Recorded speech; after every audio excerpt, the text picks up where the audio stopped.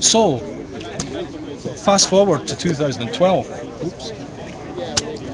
Oh, Well, listen, here's the deal. I got to go get to my reporter. It's taking me 30 minutes to get up the hill. 2 seconds. Yeah. Fast forward to 2012. I'm going to be here 3 days. Yeah, fast forward to 2012. The Treasury of the UK, Treasury of the UK turns around and says that they cannot release information because it's with regard to the formulation of government policy.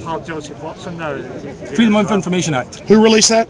The Treasury. So you talked to them and they said no policy is being made, and then they refused your Freedom of Information Act and said it's government policy. Someone a couple of years later asked the question about Bilderberg and George Osborne's attendance, and your man, the Treasury, turned around and said they can't release it.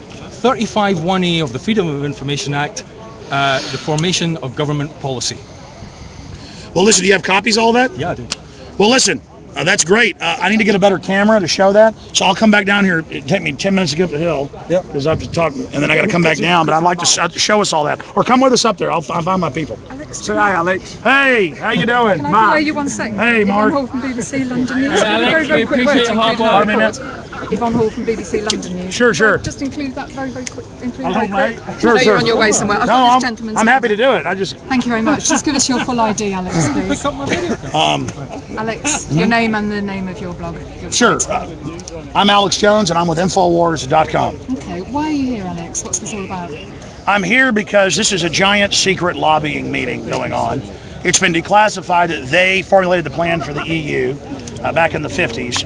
In their first meeting, it's been released by WikiLeaks and other sources that they're pushing for a global corporate government right now, where they have diplomatic immunity from taxes and regulations, but we don't.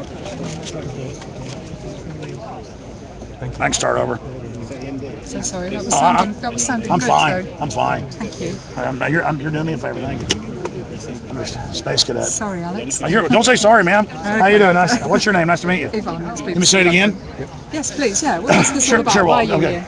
Well, I'm Alex Jones, and I'm with Infowars.com, and I've come here from the United States because I've been tracking Bilderberg for about 18 years. A lot of their corporate minutes have been leaked. Some of it's been declassified. They set up the beginnings of the European Union back in 1954. They are incredibly powerful. There is a mystique for a reason. They do meet in secret for a reason, because policy is being set in there. And you've got government regulators meeting with the very industries that they regulate. It basically is a shadow corporate government of lobbyists manipulating the UK, European Union, US, Canadian government, and many other governments.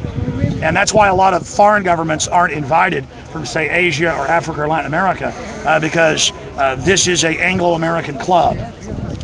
What do you think the protest can do here today, and your own presence? What can the protest do? The protest is here to draw attention to the fact that it exists, because they'd like us to believe that there's only presidents and prime ministers and nothing goes higher than that.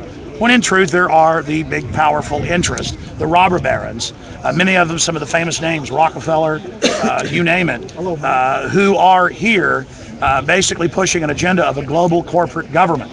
In fact, Hitler had a plan for a European Union under a European Economic Community, and it was actually that plan that was adopted by the CIA, just like we adopted their rocket program, their spy program. It was seen that the Nazis had one of the best programs. That was brought to the United States, picked up by the Rand Corporation and others, and then brought in and incorporated in Bilderberg to establish a global government takeover, starting with the US, Canada, the UK, and Western Europe. And once that's all merged under corporate governance, it then will dominate the planet using Chinese industry.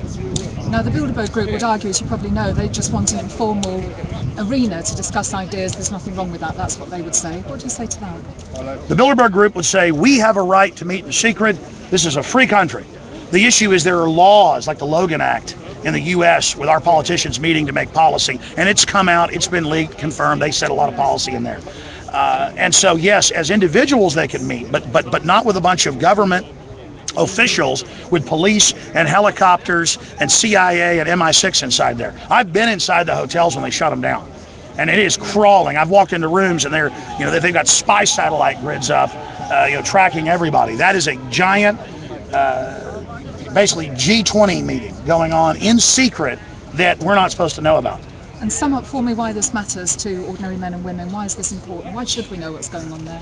The average person needs to be aware that the reason it seems like government is doing things to us instead of doing things for us is because corporate special interests that are anti-free market, that are monopoly capitalist, have come in and taken over through vehicles like Bilderberg. And now they're going more public with Davos and other forums. But they want diplomatic immunity. They want 100 trillion in the next decade of taxpayer money to prop up their derivatives. They formulated more than 15 years ago at Bilderberg, this has been leaked, the plan to get rid of banking regulations so they could pull off the global banking crisis, the LIBOR scandal, fixing interest rates. That was always a conspiracy theory. We had Bilderberg documents from the 60s with major bank attendees there trying to fix interest rates. That's what these big moguls do. Instead of producing a product that makes them number one, they go make deals with government to shut down their competition or to prop them up when their ventures fail. You see, they've made risk public and the profit private. And that's what's going on in there. That is the mother of all mega lobbying events going on right up there behind that steel cage, paid for with taxpayer money. You've got men in there on record worth $50 billion. And that's just their public wealth. And then the people of this area north of London are going to have to pay to have all of that erected. Okay, Alex, thanks very much for your time. It's outrageous. Thank you so much. Good to talk to you. Thank you. Thanks.